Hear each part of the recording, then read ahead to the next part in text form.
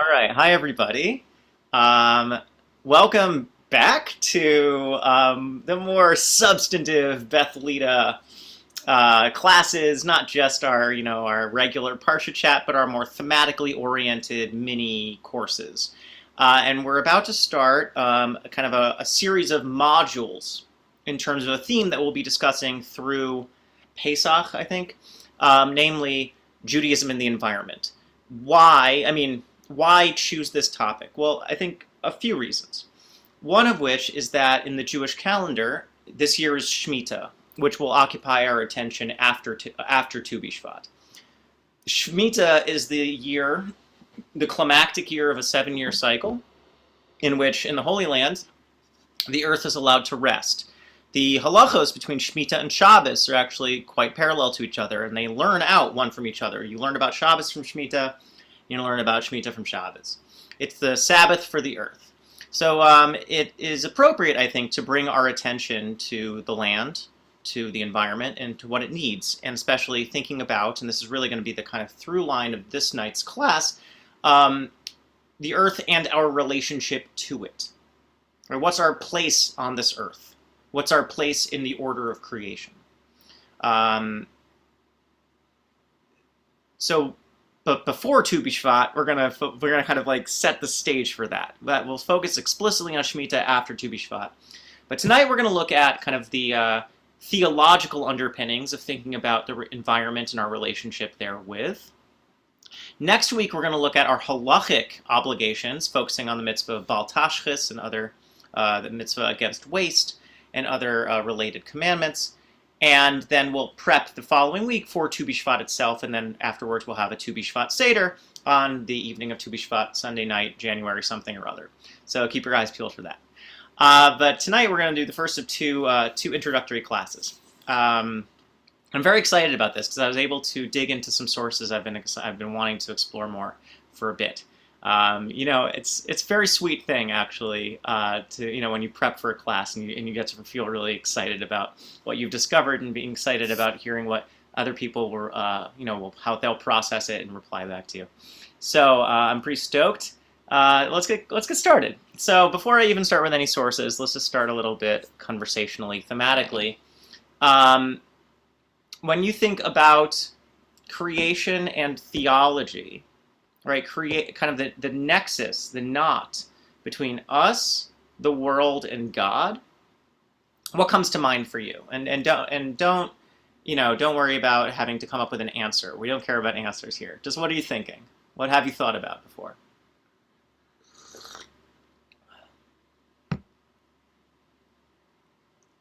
I guess the unity of that we're all created by Hashem, and just thinking of Sefer Bereshit, how human beings are given the responsibility for looking after the earth.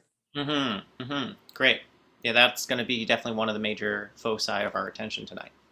So the unity, right? Kind of the notion of one God, right?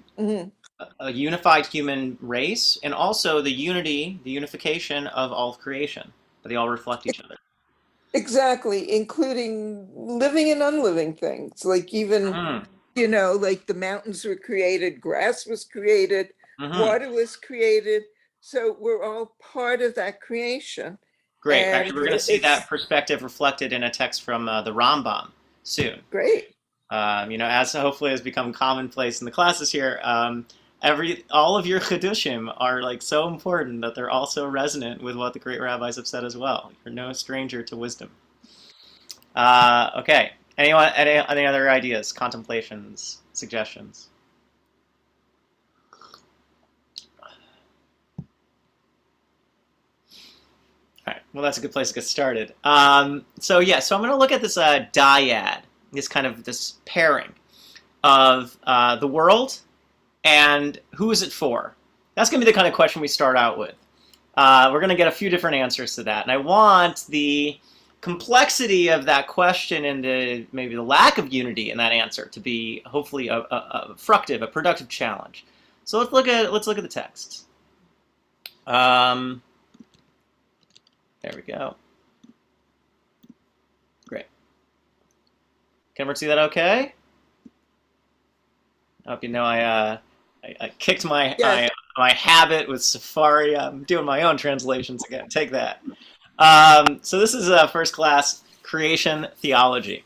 So we'll start with the text that inspired the title of this miniseries, "The Earth is the Lord's," which is actually totally unrelatedly also the title of a beautiful book by Abraham Joshua Heschel about the sensibility of Ashkenaz from before World War II. He wrote and delivered a hesped, a eulogy, for effective for European Jewry at the YIVO, at the Center for Yiddish Studies in New York City, in 1946. And people just like spontaneously, like after he finished, like just like after crying, just like stood up and said Kaddish together. It was apparently an incredible, beautiful book, not at all related to the theme of the environment, but please do check it out if you can. So it's a paraphrasing of the first verse from Psalm 24, which is also the Psalm of the day for Sunday. So we can look at that together. David Mizmor, a Psalm of David. Lashem haaretz umlo'ah, tevel v'yoshvei va. The earth is the Lord's and all that is in it, all that fills it up. The world and those who dwell upon it. Ki hu al yamim yisadah, v'al neharot yechoneneha. God is the one who founded it, it's like the word yesod, right? Yesadah. V'al neharot yechoneneha, and established it on the streams. So here the psalm is drawing on this idea that we also see in the first chapter of Genesis, that there is something from the earliest moments of creation, something unformed, something watery, and the earth is formed, established kind of on these depths, on these watery depths. Mi alev har Hashem, umi yakum bimkom kodsho. Who will ascend God's mountain, and who will stand? Who can stand in God's holy place? Niki chapayim uvar levav, one with clean hands and a pure heart. Asher lo nasa lashav nafshi, who has not sworn falsely. Velo nishba lemirma, nor made an empty promise. Okay, so if you were to take this 4-verse block, I mean, I've already kind of hinted at it in the way I've broken it up, but what are the two kind of major themes it's dealing with?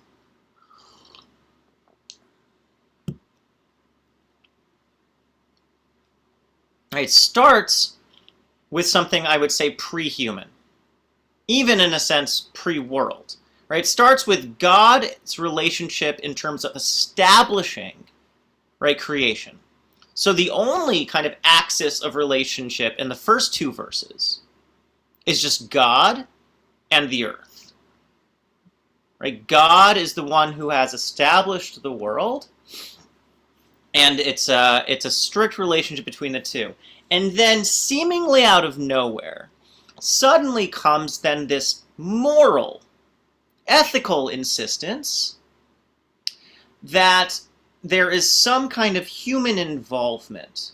Now, if you were to like translate it or to put it in your own words, how would you describe what the human requirements are that are established in the latter verses?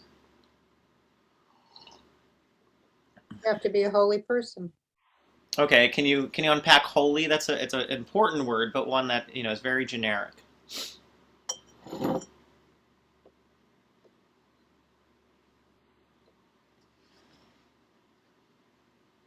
That really is trying to be in God's expectation of what man should be. Mm-hmm. Great. Yeah. Good. So I think like here, it's interesting, right? Because it says the earth is the Lord's and everything that is in it. And we're one of the things that are in it, right? But it seems like in the first 2 verses, we're just part of the world. Right? There's God, who is the owner and creator of all of existence. And that's it. And human being is just one of the things, right, that are within it, namely Yoshvei Va, the ones who dwell on it. But then in the second 2 verses, the human being is singled out, in a way, as being someone, as Ellen just put it, of divine expectation, that there are certain standards that we're expected to meet. And you use the word holiness, which I think is quite apt, but again, like it's an important word, but one that is like, it's important, but it's kind of empty, right? What does it mean to be holy? I mean, it may be empty or it's beyond, right? It refers to something not just terrestrial, not just of this earth. But if we were to say, okay, fine, so you're right, there's certain expectations set by God, but what are those expectations? Like, let's be specific.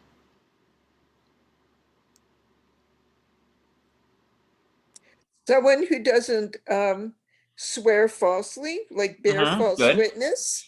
Good. Someone who doesn't, well, it says empty promise. So someone who fulfills that which they've sworn to do. So someone who doesn't break their oath. I find that very interesting. Yeah. And then someone, well, clean hands, a pure heart. So someone who, I guess, has not murdered, has not killed, and pure heart, someone who's treating others with dignity. I mean, that's my translation of it. But, okay, that's interesting. Right. So someone who has integrity. So in terms of their relationship with themselves, and also in their relationship with others, also has a sense of being on the right and good. Great. That's fantastic. In a way, what we have is like vertical, horizontal, and radial relationships. Right? Vertical between human and God, horizontal between human and earth, and radial between human and themselves, and then a human and other human beings. Right? But I find it very interesting, right, that it spends an entire verse saying that who is the human being that can stand with God? I mean, being of clean hands, right, that's actually famously the pasuk that implies that David HaMelech is not the one who can build the temple, right? Who can ascend the mountain of God? One of clean hands. And David had the task of war. And it was Shlomo, his son, who was his king of peace, right? Shalom, shalom, who was the one who could build the temple. But, here, if you just don't focus historically, but focus more thematically, being of clean hands and pure heart, right? So there's some kind of ethical standard that you have to establish to be on God's mountain and in God's holy place. So in the Medrash, in the rabbinic commentaries on this, it says like, what's the Aretz? That's Eretz Yisrael. It's the Holy Land. What's the Tevel then? It can't just be repeating itself. Of course, the pasuk would have to say something new here. And the answer is, that's everywhere else. So on one hand, it's particular. It's about the Jewish relationship to space, the Jewish relationship to the Holy Land. But on the other hand, it's universal in the sense that it's about the human being's relationship to the entirety of the earth, to all of creation. So we have some kind of ethical standard that the human being has to meet, and specifically that the human being needs to fulfill their promises. Right? Besides the fact that, don't swear falsely, it's the third of the 10 Commandments, fine. But here we have something a little bit more punchy, right? What does it mean to occupy holy space? It means you need to be a person of your word. So what I find here is that these psukim, these verses, present a complex of sorts, a combination. What is the combination? The combination is of what it means to have a human being involved with a relationship between God and the world. For a human being to be one of these three nodes in this relationship, it needs to be the case that the human being is responsible. That's what the pasuk seems to be focusing on, that you keep your promises, you don't swear falsely, you don't overreach. I think in here there is a sense of a kind of incipient conservationism. What it means to keep your promise, to hold yourself to your word, means that you know exactly what it means to what you need to be doing and not taking more than you need, not reaching farther than you should. I think there's a certain kind of sense of what it means to be involved with the earth and to be in that way then deserving of the relationship of God, with God. So I think this block of psukim, I think, presents in a way the challenge. The challenge is, can we find what I would call an integrating relationship between God, the world, and us? And we're going to explore this by looking at more extreme versions of all of those, namely a version of it in which it's just God in the world, a version of it in which it's just us in the world, a version of it in which it's just us and God. Okay, so we're going to see that I think that the healthiest model, the most sustainable model, is one in which it's able to integrate all three of these elements. So let's keep on pressing forward. So there's a famous teaching in Pirkei Avos. It says, everything that God has created in God's world, God created only for God's glory. As it says, and it quotes a famous pasuk from Yeshayahu, Kol anikra vishmi v'lichvodi berasiv yitzartiv af asitiv.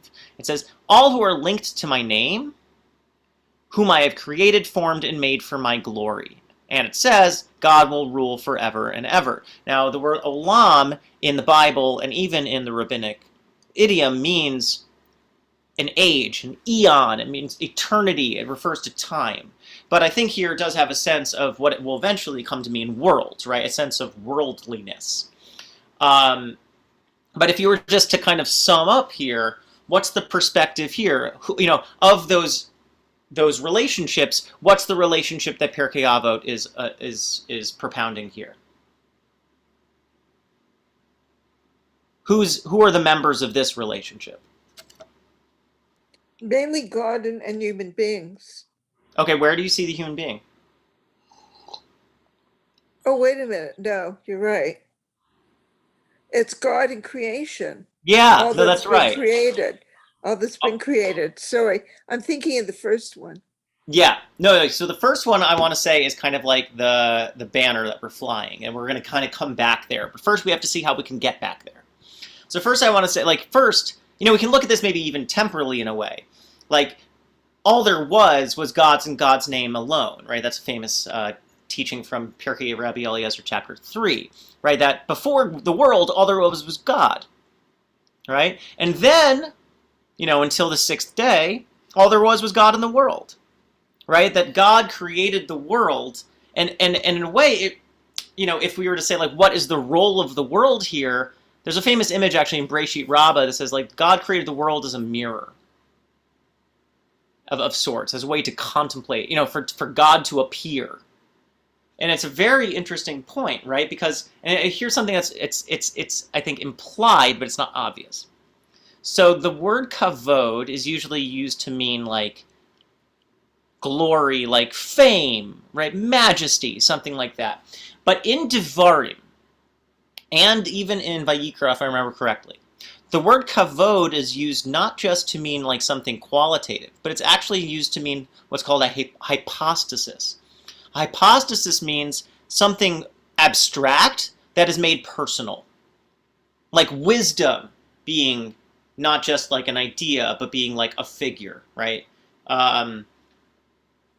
Kavod is kind of like a proto-Shechina idea, that God's glory is God's presence. So when it says all that God has created in the world, right here we have world as space, Lo bara ela lichvodo, God created for God's glory.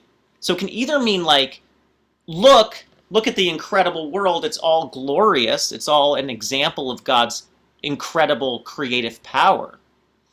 Or maybe it's for God's glory, i.e. meaning as a venue in which God can appear. Right? As the space in which God can take root as such, that God can display God's self. Now, very important to note, right, this, as Stephen Schwarzschild, a German Jewish philosopher, insisted, Judaism is a kind of rejection of a kind of flat paganism, which reduces God to the world, right? That God and the world are one. Or you see that kind of in Spinoza as well. It says, no, there is something different about God. God is beyond the world. But I think the point is more maybe panentheist in the sense that God is in the world. Right? That God is created a world in which this is the vehicle, the venue, in and through which God can appear. And appear in a beautiful way, because glory, I think, doesn't lose its sense of the majestic. says, everything that is called by my name. Right? There's an idea in later Kabbalah too that the whole of creation is made of like imprinted with God's name. That God's name is inside of everything, and to be it's kind of like the Matrix, right? Like everything suddenly becomes like God, streams of green code of God's names, everything. But again, that the God's presence, represented by God's name, can be found in the world. That God is called by the world. I think that's very interesting, right? That yes, God is other than the world, but on the other hand, the world is the space in which God is called. What does that mean?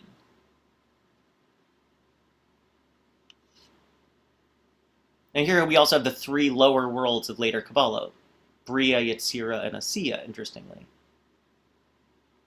But it says that everything that are linked to my name, called by my name.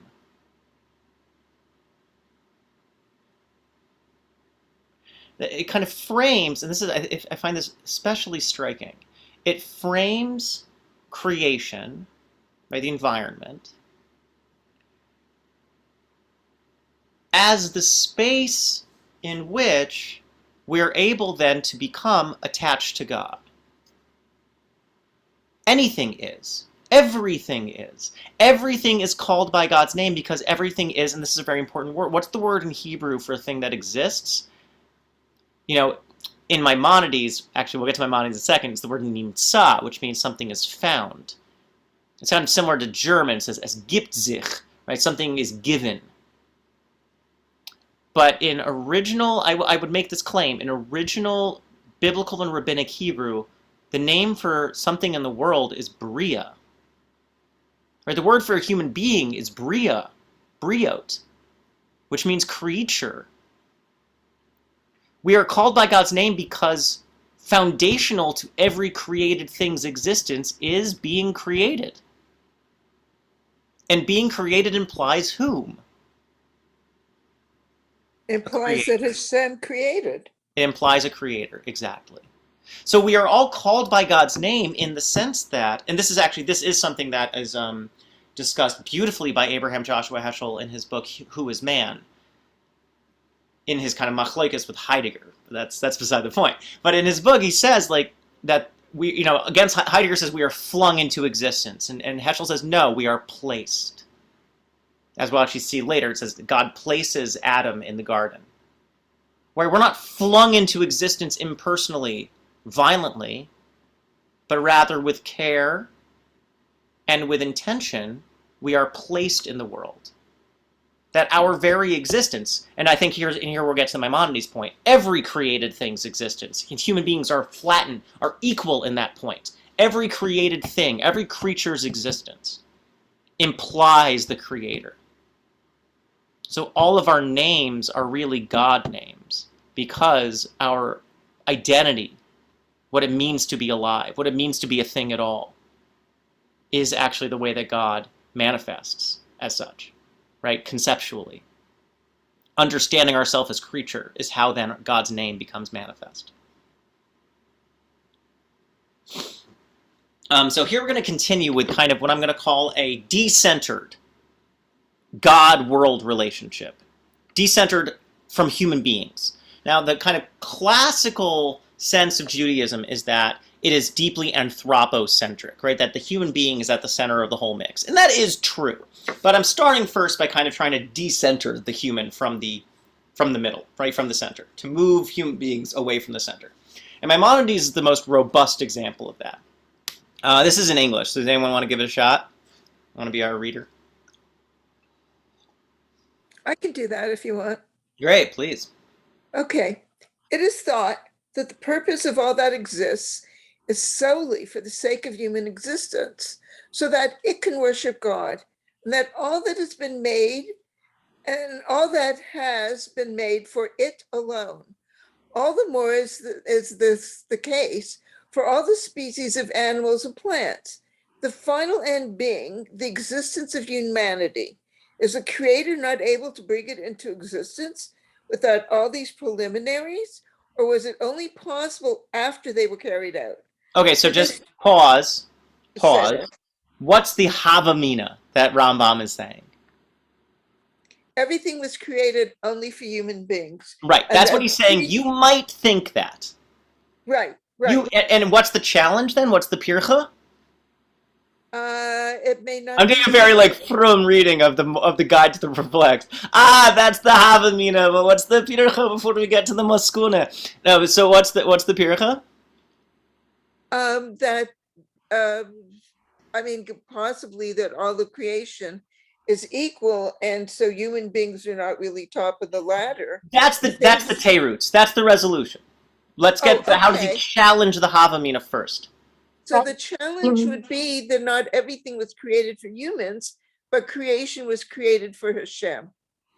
Again, that's more of a principle, and yes, you're right, but we're missing kind of a little bit of a middle step. I heard somebody else.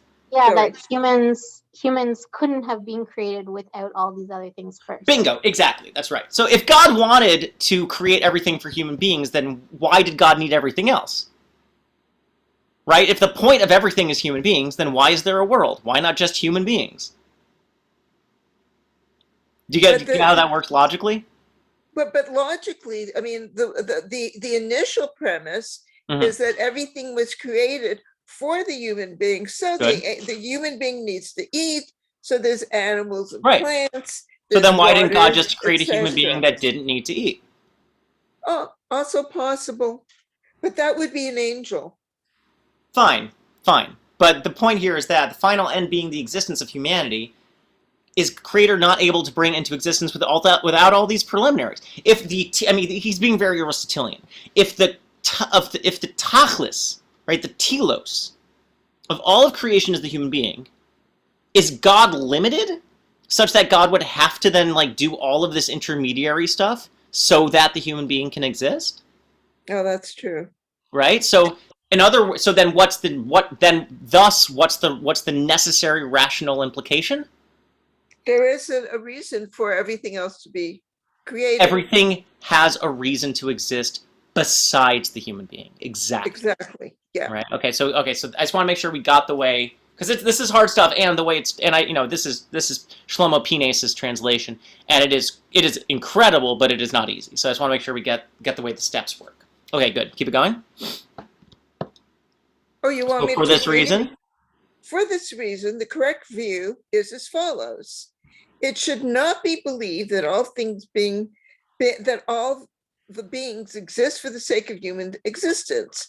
On the contrary, all the other beings too have been intended for their own sakes and not for the sake of something else. In respect to every being, God intended that being itself. Beautiful. Okay. Yeah, so this is the most robust example of a non-anthropocentric account of creation, and Maimonides is like saying it as a philosopher, and in a way the point is this: the fact that the world exists means it exists for its own sake, because if everything was really for the sake of something, a component in the world, then it should just be the component that existed, not the world itself. The fact that we have this incredible biodiversity, right, of species, plants, animals, bugs, critters, whatever, is because everything exists for its own sake. Now, this is a pretty radical, theological principle, because it means and that means even a bear as it chases you, right? It's just doing what it has to, it's doing what God wants it to do. And, you can obviously you can extrapolate from that to a more other examples, but what we have here is the notion that if the world and everything in it exists for its own sake, it's not a non-anthropocentric universe. Rather, it is an everything-centric universe. Everything exists for its own sake, which means everything exists for itself, and everything that exists is also for it. But that's true of everything. So then the relationship to the world, then, it seems, if we go back to the model that we had from Psalms, what does it mean then to be clean of hands and pure of heart, to not swear falsely and not make empty promises? It seems then to be in the role of some kind of handmaiden, I would say, to be a cooperative existent in the universe, to be a supporter in what it means for everything to be pursuing its own end. Right? I would Otherwise, argue against that. I'm sorry? I would almost argue against that. Like the Maimonides Mm-hmm. version or explanation, if everything exists for itself, it's like self-contained. It's like it actually isn't any interdependence or integration suddenly. Mm-hmm. Everything's standalone. Yeah. I mean, yes, I think that's right from a like strictly theoretical perspective. But if you think about it in terms of the world, right? Like that would mean then we wouldn't eat or breathe. Right? Like I just brewed tea. Tea is made of plants. Plants then and I now have a cooperative relationship. Now you could say, the plants exist so that the human being can make tea. And Rambam is saying, no, that's not true. Rather, the tea exists for its own sake, the human being exists for its own sake. But that doesn't then mean that they don't have a relationship. It's just that the relationship is not one that is in which one of them is a dominant component of it. I exist so that the tea can be drunk, in a way. Like, I exist for the tea, just as the tea exists for me. The tea doesn't overpopulate. Right, no, that's exactly. I think we're getting at a sense, right, in which, like, well, I think an extension of Rambam's point is one of ecology, right? That if everything exists for its own sake, that means everything has a right to exist. That's more of like a Kantian, like kind of an ought, what should be the case. But like, if everything exists for its own sake, everything should exist because that's what God wants, and that means then that we do have some kind of role in what it means to help everything exist. Right, a strictly anthropocentric version of this is like, great, the world exists so that I can have yummy treats. Yummy, yum, yum, yum, treats to treats. And I'm going to, like, create ways of farming so that I have the most treats. But Rambam's perspective is, the world exists so that everything can flourish. Because God created all of these creatures, and I think, bringing back this point, for God's glory. And thus, my involvement with the universe is for the sake of God, and furthering God's plan. And God's plan is for everything to exist. So the way I farm then is in a way that then, maintains a sense of balance, maintains a sense of the biome, right? Maintains a sense of the biodiversity and the like.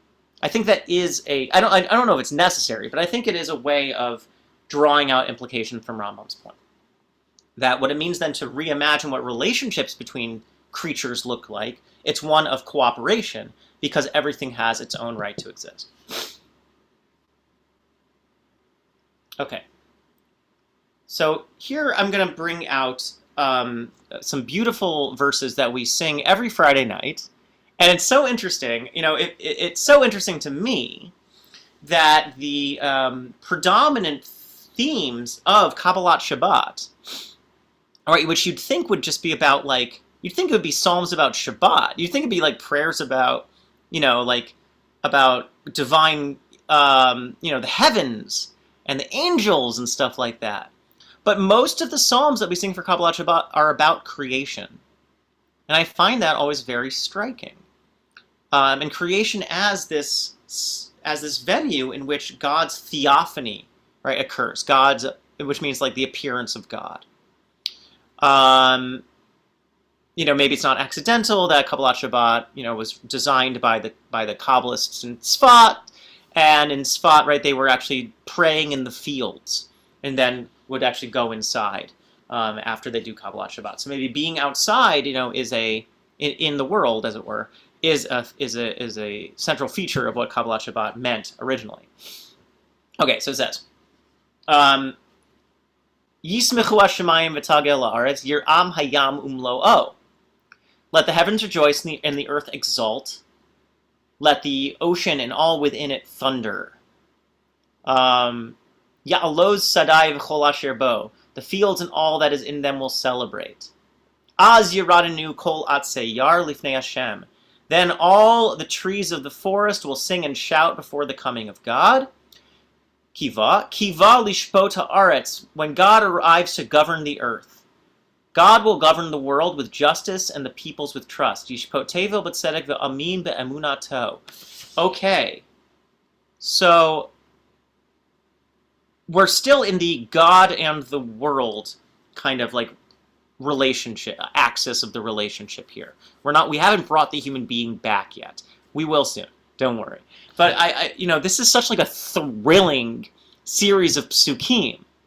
Like if you were to kind of put these in your own words, you were to paraphrase what's going on. What's the major theme here? Like what's the poetry trying to? What picture is it trying to paint in your mind? All of creation will exalt God. Mm-hmm. Will give thanks to God for creating it. I'm a tree, I exalt God for creating me as a tree. I'm a rock, I exalt God for creating me as a rock. Mm-hmm. Okay, so giving some kind of like acknowledgement of that fundamental relationship. Acknowledgement with joy and with thanks. Good. Thank you for stressing that, because that is, I think, this is a deeply affective series of psukim. They're very emotional. Mm-hmm. Right? Yismechu hashemayim. It says like Inuit. I think this is apparently not true, but like Inuit languages have like 100 words for snow. Maybe that's not true, but Hebrew has a zillion words for joy, and it's a beautiful feature of Hebrew in the Tanakh. Yismechu hashemayim v'tagel haaretz. Right, like the heavens will rejoice, the world, the earth will exult. Right, this is celebration. Right, celebrate good times. Come on, right? This is the world just like throwing down with God. What it implies. It's not. I don't want to use the word harmony because it's ecstatic, but it is. There is harmony here, right? There's a harmonious relationship between the world and God. How do we know that? Because when God comes back, right? When God comes like to the world, in the time to come, whenever Oz is, the world will like be just delighted. Will be sent. It will just be like overcome with joy. Right? That's what the world will be like when God appears. Right? So it clearly refuses what I think some people want to read, kind of a more, let's say, transcendental version of Judaism, of some kind of opposition between the natural world and the divine, the natural world and the holy. That, it's like denying the joys of the earth or what have you. And what's clear here is that the earth will celebrate when God appears. And that kind of ecstatic emphasis really like strikes the reader. And it is ecstatic because we'll see, the sea and everything in it will vibrate. Right? The fields will dance and everything in, like the antelopes jumping in the fields, like the whole world, this incredible, like, huge party. Right? Everything in the earth is going to be grooving and dancing and, doing the hora when God appears. It's an enormous party. But what is the kind of the nature, though, of God's appearance? When God comes to govern the earth. Usually it's translated to judge the earth, but I don't think that's right. I think what's being implied here is a more intimate reconnection between God and the world, in which God will be directly, presently, imminently involved with, with what it means not just to be doing hashgacha pratis, like God's governing of the universe from afar, but rather being in the thick of it. And here again we have the re-entrance of the human being. But in what way? As one of the species. Like, oh yeah, the human being is part of this, but as one of the things, one of the species that is going to be celebrating. Right? All of the different aspects of the natural world will celebrate. When God comes to govern the world, God will govern the world with righteousness and the people with faith, with trust, with honesty. It is an emplacement of the human being within the world. That's really what I'm trying to get at here, is that we have a cooperative model, a systemic model, I want to say, of what it means for the human being to be in the world. The human being is a focus in the world, but not the only focus. And the way in which the human being is part of this glorious system, this system God created so that God's glory can be known, is to be a cooperative partner within it. To not swear falsely and to not make empty promises. To know what your the rock, right? Know your role, right? To know what our place is in the universe and to be able to fulfill it. With, I think, and model ourselves after with righteousness, with justice, and with trust. Okay. So here we have most of the lines of Psalm 8. And here we have kind of, I think, the reintroduction of the person as a more, let's say, a more substantive focus. It says, Hashem Adonenu ma'adir shimcha b'chol haaretz. God our Lord, how majestic is your name in all of the earth. Asher tana hodcha al hashemayim. You who have covered the heavens with your splendor. So this is, again, beautiful, evocative, poetic language to describe the aesthetic quality, right? God's creation of the world as a beautiful thing. And its beauty testifies to God's glory. Right? I think, one thing that is sad to me that I think is missing in a lot of contemporary Jewish theological writing, or I would just say kind of contemporary Jewish spiritual practice, is space and time to allow the recognition of God's glory, right? Of God creating such incredible spectacle, right? Such incredible things to be seen. We'll come back to this point actually at the end of the class, but to bear witness to. Ki arash shemecham aseh esbotecha yareach v'kochavim asher konanta. Right? When I see, interesting. Right? So it brings this is the first time we see the first person. When I see, right, the perspective, the POV of the writer is, when I see your heavens, the work of your fingers, beautiful, beautiful image, the moon and the stars which you have affixed, ... Ma enosh ki tizkerenu uven dam ki tifkedenu. What is the human being that you would be mindful of them? The son of Adam, the child of Adam, that you would think of them. What happens in that ... What's the disjunction that's being implied?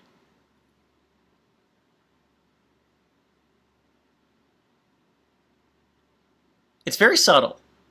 It really struck me when I was reviewing the psalm. I think the Havamina, bring back again that kind of like rabbinic language, is, if we start with this kind of ecstatic, poetic description of creation, how majestic is your name in all of the earth, right? You have made the stars and the moon and all these twinkling, beautiful lights. You could go so far as to say all these things are so beautiful, and the human being is this like wretched little creature. What do we matter? Right, and that seems to be kind of that's what's suggested. What is the human being that you would be mindful of us? We're not shiny like the moon, right? We're not a majestic mountain that that takes your breath away.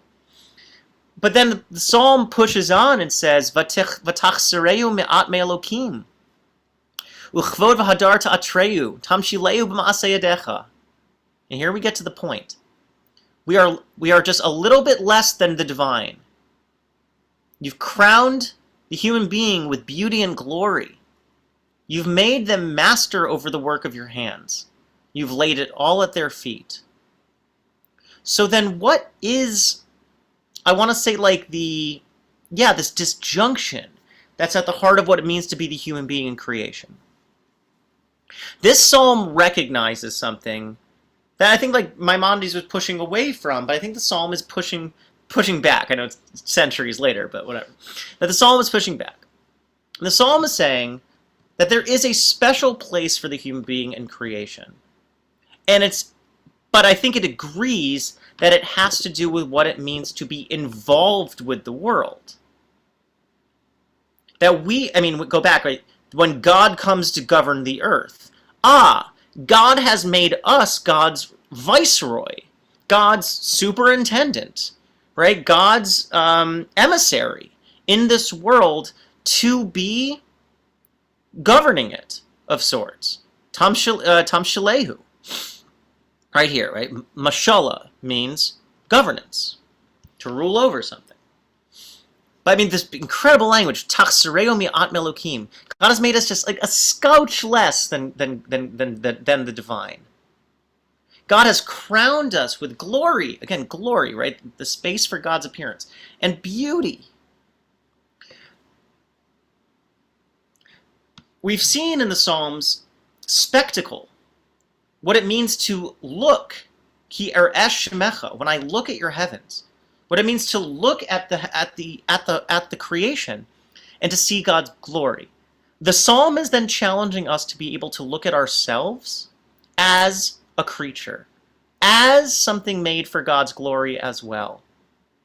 I think it's a testament, I think, to the beauty of the human body, the way that the human body works and all of its complexity and intricacy. The way that we are a creature as well. If everything in the world is made for God's glory, so were we. And the special role we have, right, with our frontal cortex lobes and our consciousness and our intellect and our emotionalism and our artistic abilities, our creativity. Our things that make us like God, a little bit less than God. Our Tselem Elohim. Those things are also a venue for God's glory.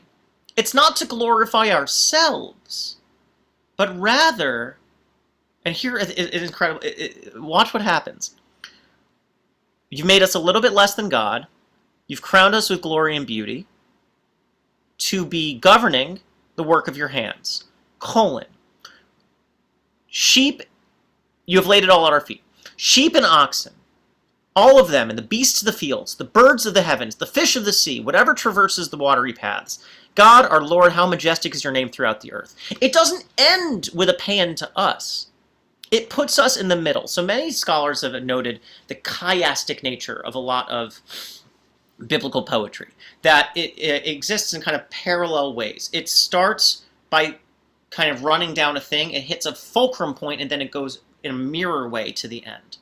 It starts by saying how majestic is everything, and then it says all the things that God has created. Then it singles out the human being as something special. Then it says all the things that God has created, and then it says how glorious and majestic is everything that you've made. We're at the fulcrum of this because we are at the center of the workings of the world, but not in a way that brings focus to us, but rather in a way that brings furtherance and glory to the world as a system, to the universe and the creation as a whole. We exist in God's place as God's emissaries to be recognizing the glory that exists in the world. When I look at your heavens, when everything is at my feet, it's not that I step on it or tread upon it. Rather, it's an exhaustive list of everything that exists because of how excited we are by the diversity and the glory of God's creation.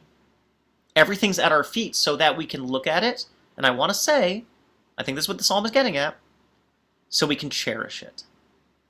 The role of the human being is cherisher in chief. That's our role, is to be cherishing the entirety of creation. That's what I want in our theological thinking, in our Jewish thinking about our place in existence and God, is that our role, our vocation, is to love it and to take care of it. So we started with the verses from Psalms which insisted on human responsibility within the creative system. And we've ended with to gesture towards what that responsibility looks like. And it has to do with cherishing all of existence so that everything can exist in its fullness. And I think that's captured by the dyad, the twin phrase of L'ovda u'Shomra, what Lauren hinted at before we got into the texts themselves. So we have a famous verse in the creation story, that God planted a garden in Eden, in the east, and placed there the Adam, whom God had formed. And from the ground, God caused to grow every tree that was pleasing to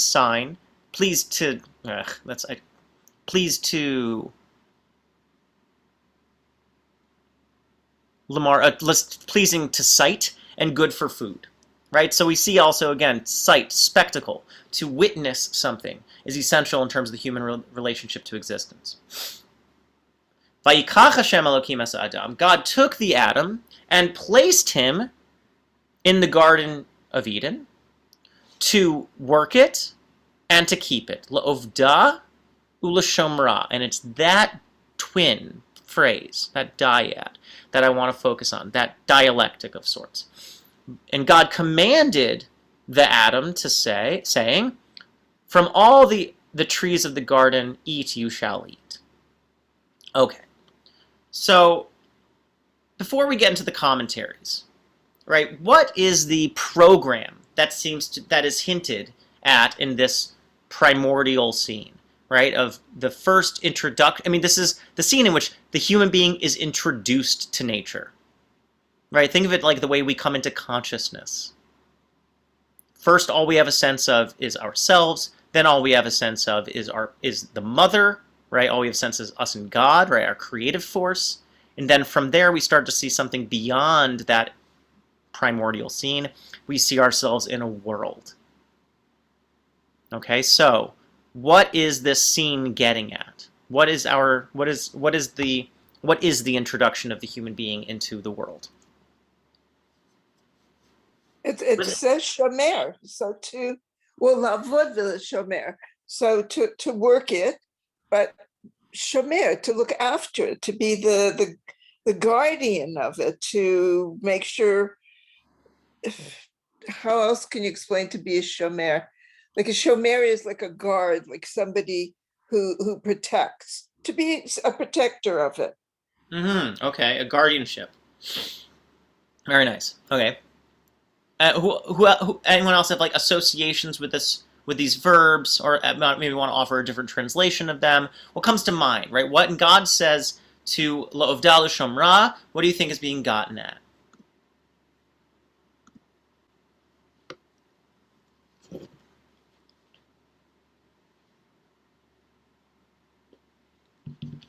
All right, it's a big question. So let's look at what a bunch of rabbis want to suggest. I'm going to start. We're not going to do it historically. There's no, ein mukdam muchar b'Torah. There's no earlier or later in Torah. We're going to be zipping around all of human history.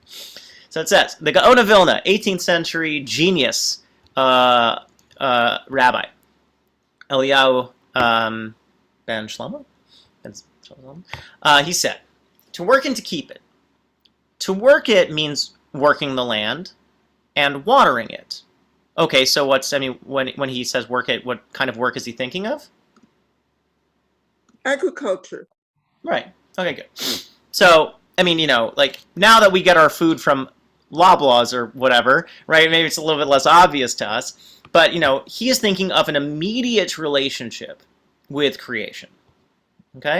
And I think that kind of sense of dependency or interdependence is key to understanding this. And I think it's something that's really lost in this incredibly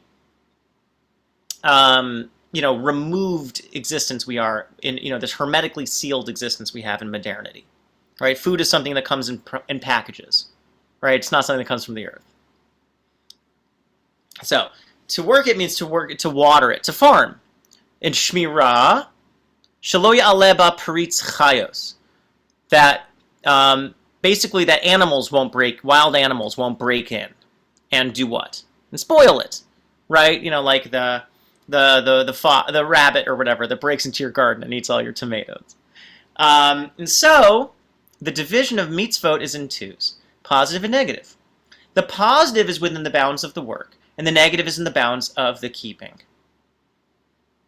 Okay. So we get the literal meaning of what he means. To work the land, to farm it, and to keep the land, to make sure that, basically, that it's not ruined by, chaotic animals. But if we can extrapolate a little bit farther from that, what else does he mean, you think? And also, what do you make of his actually now suddenly bringing in the language of mitzvah? What do you make of that?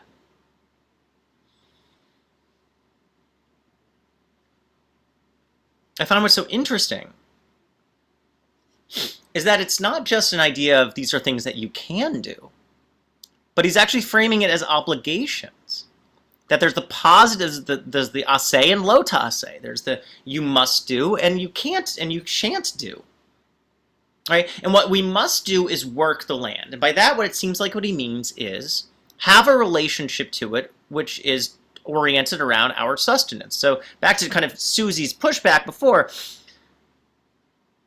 to live, right, for the human race to pursue its fulfillment, we need to eat. And to eat means to have a relationship with the earth in which we use it. Right? It's, the notion of kind of zero resource expenditure is a fantasy. And it is a fantasy that I think is born of being removed from the earth. The point is to have an existence with the world in which we relate to it, in which our need of it, our use of it for our sustenance, is coupled with a lo ta'aseh, what you're not allowed to do. And what you're not allowed to do, or what you must make sure doesn't happen, is that animals ruin the food. Now, animals ruin the food, I think what he means, like, be smart, don't let your garden get ruined. Fine. But I think there's something a little bit bigger than that. It's that you are allowed to use the earth for your sustenance, for your flourishing, but you can't let that overrun a sense of balance and sustainability. You can't let it be spoiled. He uses the example of wild animals, but I think in a way he means creatures. We can't let anyone's creature, any one species' needs result in the despoilation of the earth. And I think that, the implication there is clear, in terms of what it means to just juice the earth for all it's worth, to just use and use and use resources until it's despoiled. I think the Gaon of Vilna, again, is this what he has to be saying? No, but I think you can have a reading of this Perush to say that we are not just allowed to, but we're commanded to use the earth so that we can eat, so we can live and be happy. But it has to always be in balance with what it means to have a sense of conservation, a sense of sustainability, such that externalities, right, letting your desires, letting your laziness, whatever, take over, such that then it ends up being spoiled. So we have a dialectic. We have a balance between these two things. Okay. The Cherisher, a medieval French Provençal commentator, says, and God also placed there the Adam to work it and to keep it, namely the land where the garden was located, to bring the garden to its completion and perfection. Here what we have is a cooperative model of the human being as a kind of, again, the feature in the system, but not just like a feature like anything else, but we are the catalyst for what it means for the earth to actually achieve its final form, to achieve its fulfilled, its completed form, its perfected form. I think here what we have is something that's kind of, missing often from the, there's a very anthropocentric version of Ovdal Shomra. We're allowed to dominate the earth because, we're allowed to just trample over and get whatever we need. But the Cherisher is going back to this model of responsibility that we saw in the Psalms, that we have a vocation in the world. We have a role to play. And the role here is as partner. Partner in what way? A partner to ensure that the earth actually achieves its most perfect form. This would be developing, I think, technologies to make sure that the earth is able to be sustained, that the earth is able to function at its highest level. I think there we're really missing, I think, a lot of that kind of sense of what it means to be not just a selfish participant, but rather also a cooperative participant. To be an emissary, not just of God, but an emissary of the earth. To be serving the earth in that way. Okay. This one's a little bit complicated, and I don't want to get totally into the weeds, but Ha'amek Davar says, basically, if you pay attention closely to the pasuk, it says first that God planted a garden and placed Adam there. And then it says later that God told Adam to work it and to keep it. Now, he's saying there needs to be, in a sense, a recognition that this is two stages. The first stage is that actually the world was fine on its own, and that our place in the world was as something that was just existing in it, just enjoying it. And that the introduction of work was actually something that God introduced as a secondary step, that God wanted to further the earth as such. And that's where the role the human beings need to work it and to keep it takes place. That there's, in a way, I think this is, it's in dialogue with Bechor Shor in the sense that he agrees that the role of the human being is to be a caretaker of the earth and to help it further itself, to help it develop. But on the other hand, there's also something before that, before work, before resource expenditure, of just coexistence. That's what Eden was like. That's what, like, first pure Eden, that pure cut Eden was like. And that everything after that has, in a way, kind of been like the pre-stage to being exiled, right? Because we know that the curse of the human being is to, by the sweat of your brow you shall eat, through toil and through sweat, right? So work is a necessary aspect of what it means to live in existence and to live in exile in a way. But the model of redemption is a model of coexistence, actually, in which we're not draining the earth anymore. We're only just existing in it. It says that's the level of Moses. That's the level of Eliyahu, a Navi, chilling in the expansive heavenly fields, right? It's like being on heaven on earth. Heaven on earth is going back to a stage before work, before resource expenditure, before what it means to toil. So I want to bring us to the Sforno, which is a fascinating text. And I want us to read it. Now, this is a challenge, so get ready to answer something. So he says, to work it means to exercise the living soul. As it says, God breathed in his nostrils the breath of life. To keep it, so the human being will not become dehydrated, which is essential. A human has natural warmth, and fruit is distinguished in providing consistently a restitution of what was sweated out so that the human does not become desiccated. That's a very fancy way of saying, to keep it, fruit exists to rehydrate human beings. Okay, so wait a second. What's the subject and what's the object of who is to work what?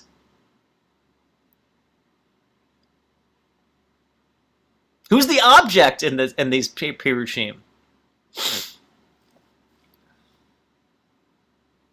To work it, that which is doing the action, subject, is the human being. The it is creation. So that so to exercise the living soul would be, if we're in the image of God, then as Hashem created us by breathing in our nostrils, so we will help create, sustain that which was put on earth.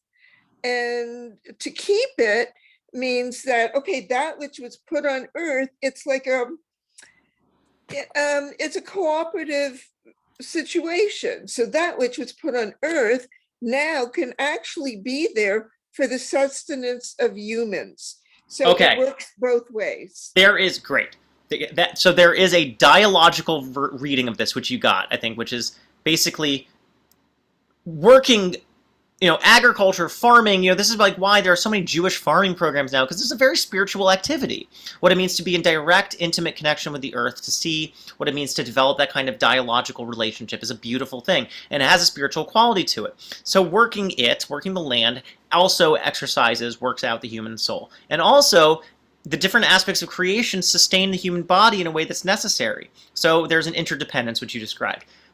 However, you're wrong. Beautiful. And now here's the no. I think that's a feasible reading, but I want to see very carefully. La'ovda literally means to work it, but the it is gendered which gender? Remember, gender is grammar. That's what gender originally was. La'ovda, to work it. It is gendered in what? Which gender? La'ovdo versus la'ovda. La'ovda is female. Feminine. Good. Feminine gender. Feminine. Right. Female is for bodies. Feminine gender. Okay. So, Lovda. What is the feminine it then? What is the object? La'avod et nishmat chaim. What's the object? The human soul. It's not to work the earth. It's to work the human soul. What's the subject? Who's doing the working? This is a fascinating parish. It's the earth. The earth is working us, and the earth is keeping us. How is the keeping one is kind of the more obvious one. Now, it might be the case, by the way, that like working the land is curative, is therapeutic for the human soul. That might be part of it. But regardless, the earth is exercising the human soul. The earth is working the soul.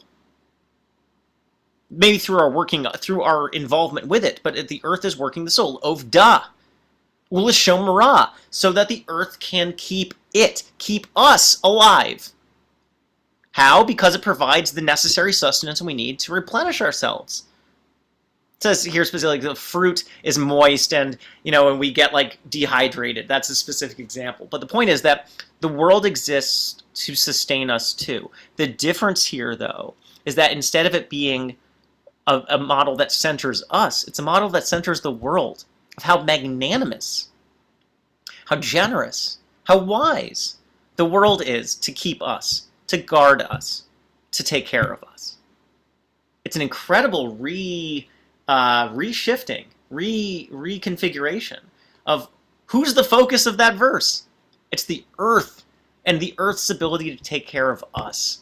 And I think that the implication there then, in terms of our standing in this kind of three-way relationship between us, the world, and God, is again a way to recognize our own dependence, our place within the system as a whole.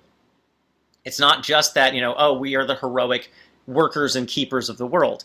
The world is the heroic worker and keeper of us.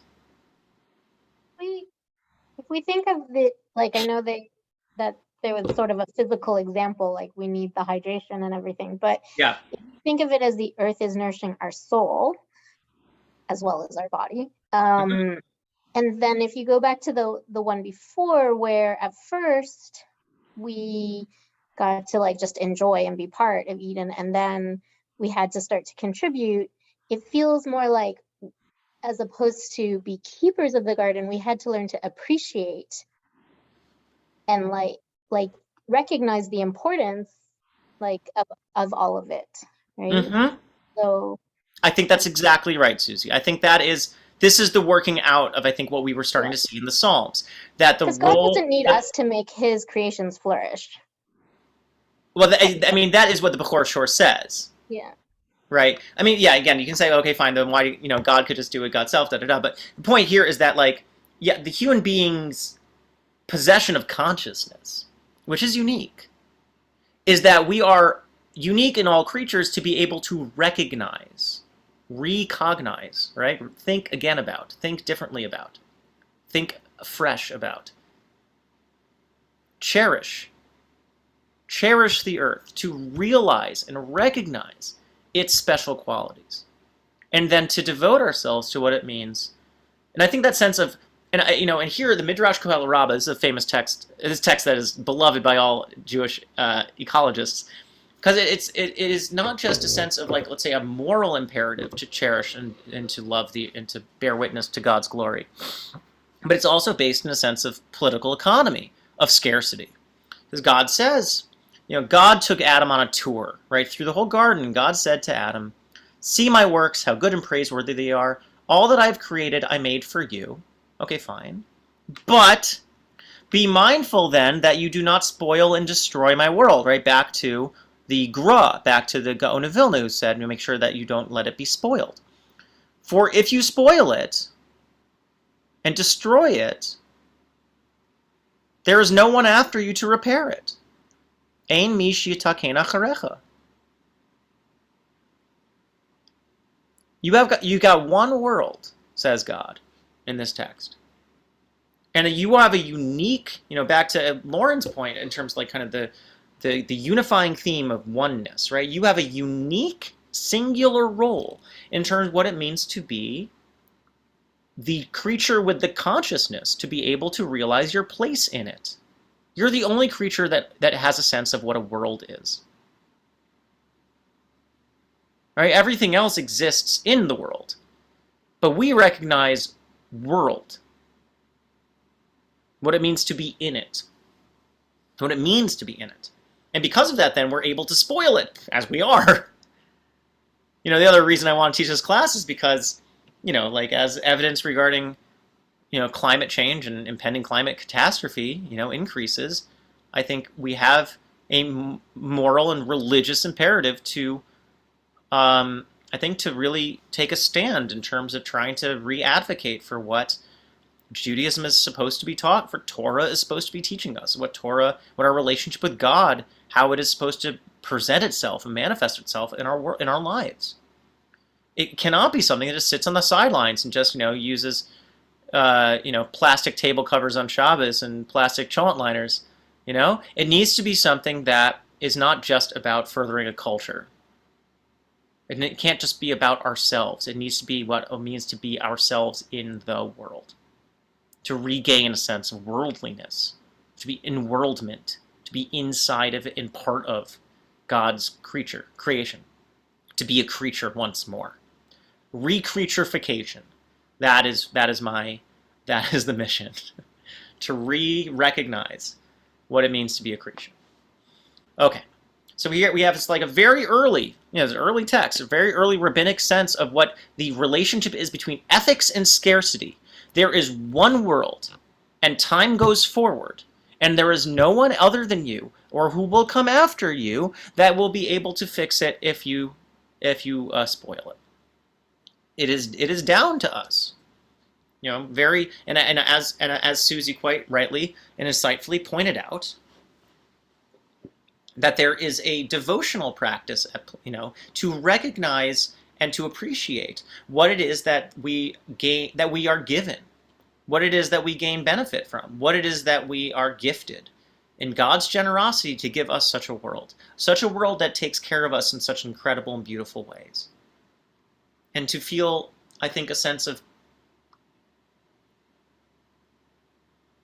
gratitude is such a spare and an abstract term, but, like, to feel cared, to feel that care, and the devotion and recognition of dependence that comes from that, I think is a takeaway from this. Okay, so and we're, as always, too much Torah to learn in such a little time. But this is ironically the first thing I worked out in this source sheet, because I was like, oh man, I can really go deep in this. So we're gonna try to do as much as we can. Okay, there's a famous teaching in Pirkei Avot. I think here I want to kind of, like, so we've crafted a creation theology, right? A theology about what it means to be a creature, to recognize God's presence and God's relationship to the world as something created and provided, to recognize our place within it as someone who is tasked with what it means to further that creation to its end, to help to bring it to completion, to help to bring it to its furtherance. Okay, beautiful. But how do we bring Judaism back into that? Because then, fine, why aren't we just pagans, right? Why aren't we just, like, tree huggers? What's Torah's place in this? And here I'm gonna propose a revision of a very famous text that's often used to, in a way, kind of like distance ourselves from the natural theology. So Rebbe Eliezer Ish Bartota says, "Give God what is God's, because you and yours is God's." And David similarly said, "Because from you, from God, is all, and from your hand you have given it to us." Rabbi Shimon says, gives an example. One who is strolling through on a path, reviewing their learning, right? Like learning Torah. And they interrupt their learning and says, "How lovely is this tree?" Or "How lovely is this plowed field?" The verse considers that person as if they are liable for their life, i.e. that they are guilty for capital punishment. Yowza. Okay, if you are walking through and you're like steiging Torah, and you go, man, what a pretty tree. Say the rabbis, you should die. Now, that's obviously rhetoric. They don't literally mean it. You should be, it's rhetorical. But because they stopped studying for a second? okay, so yeah, why? Why? Like, what's the intent? Why? What's going on? Why are they so intense about this? Why are they being so extra? Because to me, it's the opposite. Like, hey, stop to admire God's creation. Like, it seems. But do they say God's creation? What do they say?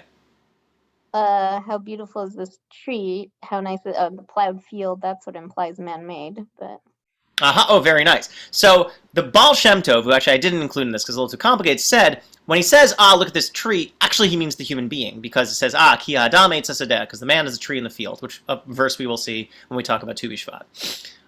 So when it says tree, it really means human being. When it says plowed field, it really means human ingenuity. So when it says these things, it's not saying creation, says Baal Shem Tov. It's actually saying, look at the glory of the human being, and because of that, then...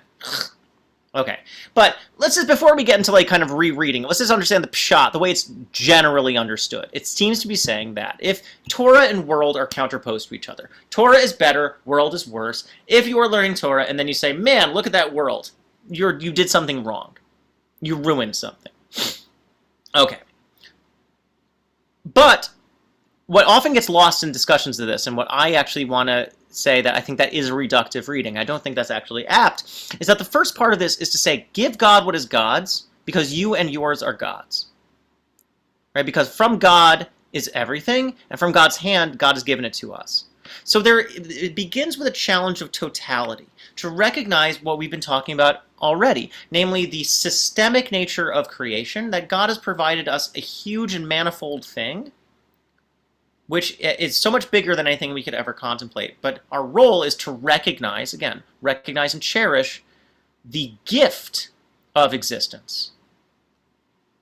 It's not just here as a default, and it's not just here as a given. It is given. It's not a given, like we should assume it, but it was given. It was donated. It was lovingly gifted to us. And we receive it as a gift with love. So that kind of generosity should breed gratitude. And then we have Rabbi Shimon who says, here's somebody steiging Torah, and they say, how lovely is this tree?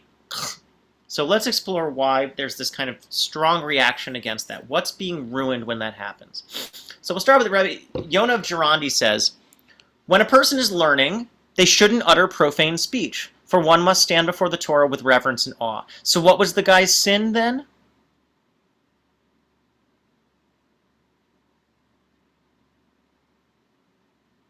He brought good. He brought secular. He brought the secular in a time of holiness. Profane meaning like chol, right?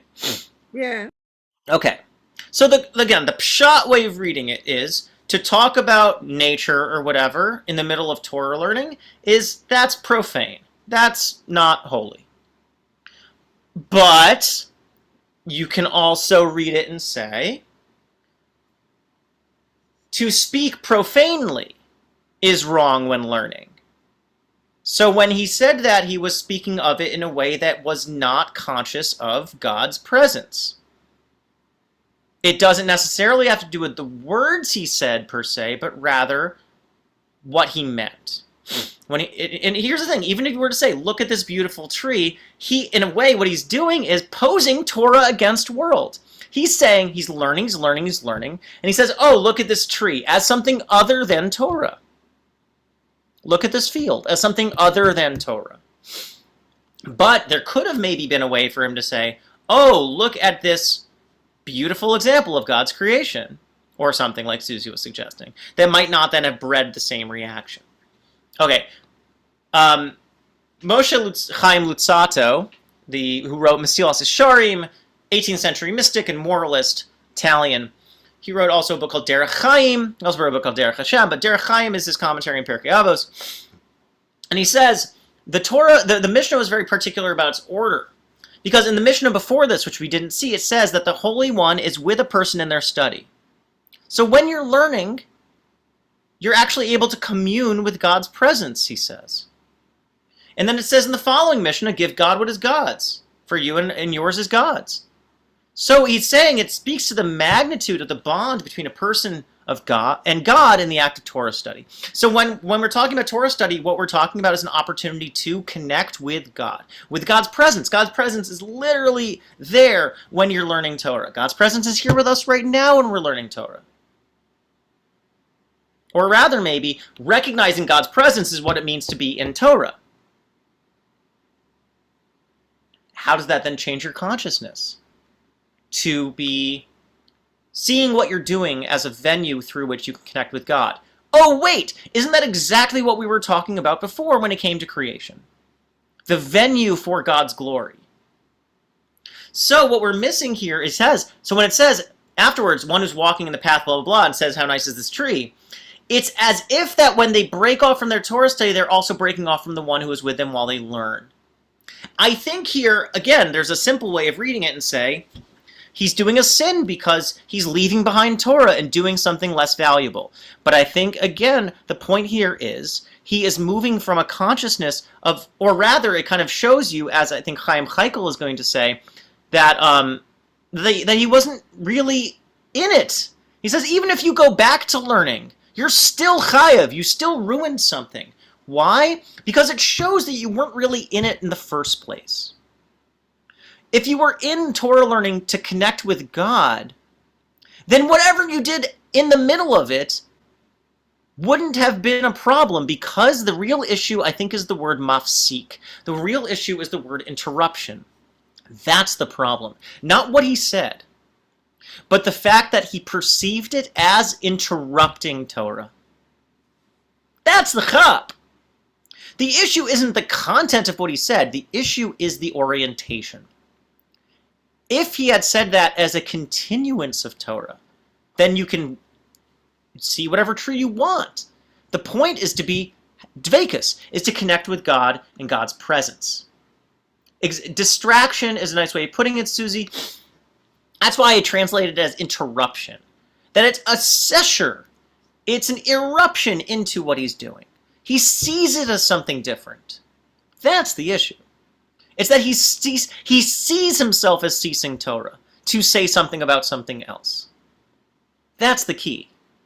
The question is whether you see it as something else. And here we're going to come to one of the most beautiful examples of this that nobody...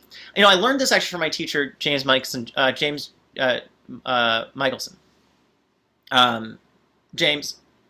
Maisels. Sorry. Wow. Michelson Maisels.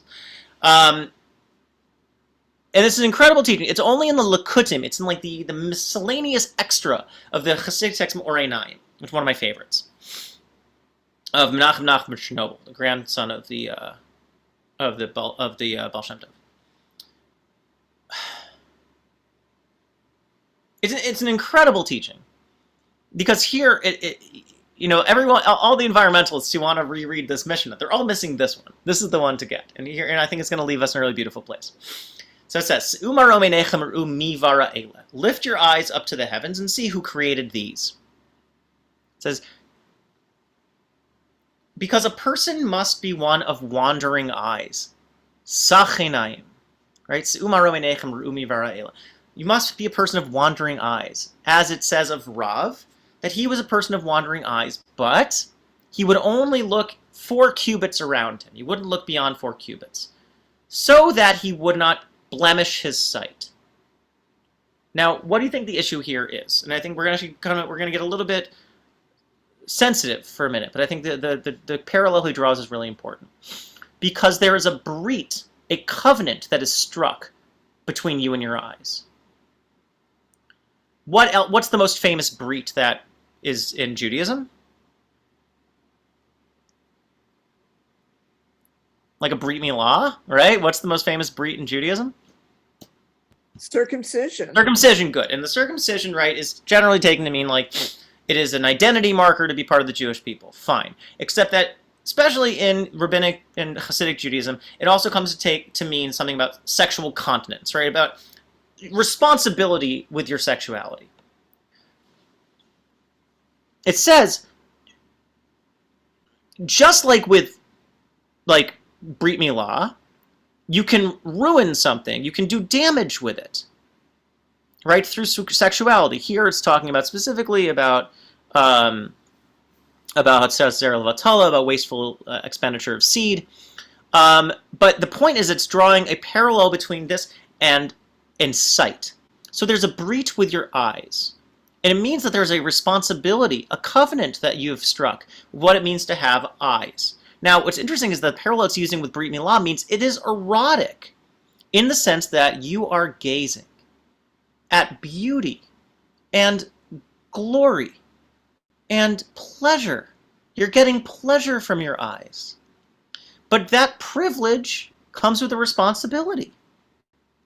And I think like the parallel with Brit is really important here because I think the anxiety that Rav has is you have a whole world of beautiful things to look at. But I think it's become especially apparent now in human history is how, the notion of like the male gaze or the notion of objectification, of looking at somebody in a way that turns them into a thing to get pleasure from. That's the ruining of the eyes. That's the blemish of the eyes. I think it's both that your sight is damaged by the way that you use it because you've done something bad with something good, but also a sense that you can have the opportunity and the potential to do damage with your sight, to hurt somebody by the way that you look at them, the way that you ogle them, the way that you that you leer at them, right? I think this is a very important and essential point. Sorry, Yitzhak, for taking a little bit longer, but thanks so much for staying. I think it's a really essential point that in the difference between interpersonal ethics and world ethics, environmental ethics is here too. That to have the opportunity to have pleasure from the world is an incredible gift, but one that comes with responsibility. And one that comes to remind us that what we are looking at to gain pleasure from is not just there for our enjoyment, but as Rambam says, exists for its own sake. So if you look at a beautiful human being, it needs to be done in the way that does not reduce them to something for your pleasure. That you can celebrate and rejoice in how beautiful everything is, but not in a way that reduces something, someone, to being just a venue for your enjoyment. That's the crux of what it means to recognize your place within a world, within human relationships, within creation, as equal to everything, as a celebration of everything, a celebrant of everything, not as the focus and the point of everything. So the sexual parallel here, the erotic parallel, is I think a very apt one, but one that we need to be sensitive about and serious about and cautious about. The point is that you have a responsibility and a privilege when it comes to your eyes, and it shouldn't be one that is just used wantonly and wastefully, without a sense of what it means to be grateful to and responsible to that which you're looking at. So Rav, so we have here the high standard of what it means to be given eyes, which is the covenant to be able to gain pleasure through looking at God's creation, the beautiful aspects of what God has created. It starts here by saying like a note of caution, but then he moves to say the imperative, and the imperative is this: Shekol davar ba'olam nivra letzorech ha'adam. He says everything was created for a human need, but va'adam avod kono. It's not just for human need for our own sake, but rather so that we can work and serve God. V'chol ma shebara kadosh baruch hu ba'olamo, and everything that God created in God's world, lo bara'o ela lichvodo. And as we saw above, everything that God created is for God's glory. So when it says everything is for human need, it really means for human need so that we can manifest God's glory. Not for our own sake, not for our own pleasure, not for our own need, like strict need, brute need. Not to just pig out on the world, but rather to be in service to the world, to become the most full example of God's glorification that we can make it. Nimsa b'chol davar yesh kavod shel haboreh. Everything in existence, it is the glory of God is found in every single thing in existence. Uvihistakel ha'adam b'chol davar umevin kavod haboreh. And when a person gazes, peers into anything, and perceives the glory of the Creator, Hare mityached im hakavod, then they are united with that glory. Aho, to connect with God's presence, as Lutzato said. So it's not just Torah learning, like steiging Torah, in which you're able to connect with God's presence, but to be able to commune with creation, to get in touch with God's glory within everything in creation, to be bowled over by everything's beauty because of God's presence within it, and to become devoted to what it means to be in service to God's furtherance, and to the world's care. V'az mitaken hadavar hahu. And when you're able to recognize and perceive God's glory and commune with God's presence, then you bring healing and perfection, completion to that thing. That's what the Bechor Shor maybe was referring to bring completion to the world. Ki lo nivra hadavar hahu rak bishvil sheyuva al yada kavod haboreh. Because everything has been created so that through it will come the glory of God.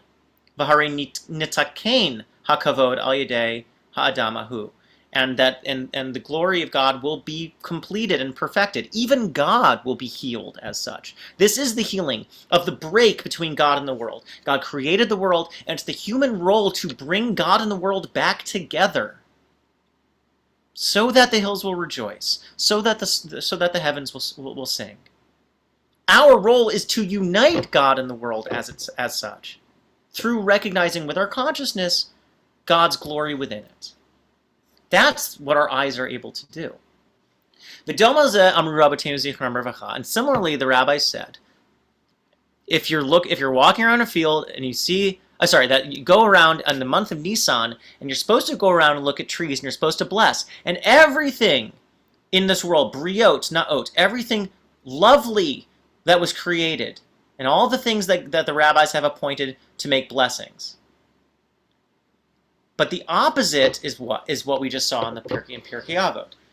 That you're walking the field and you're learning, and you interrupt yourself, i.e. you take yourself out of it, you remove yourself from being connected. And you say, how lovely is this tree, blah, blah, blah. Then you're mitchayev, then you're liable. Ki lo nivra ha'advar lahasiro me'avodat haboreh. I couldn't just let you get there to the end, Susie, but we had to get there honestly. Because everything was created, nothing in this world was created to remove you from divine service. What an incredible line. Nothing in this world was created so that it would remove you from divine service. Rather, adarabba, the opposite is true.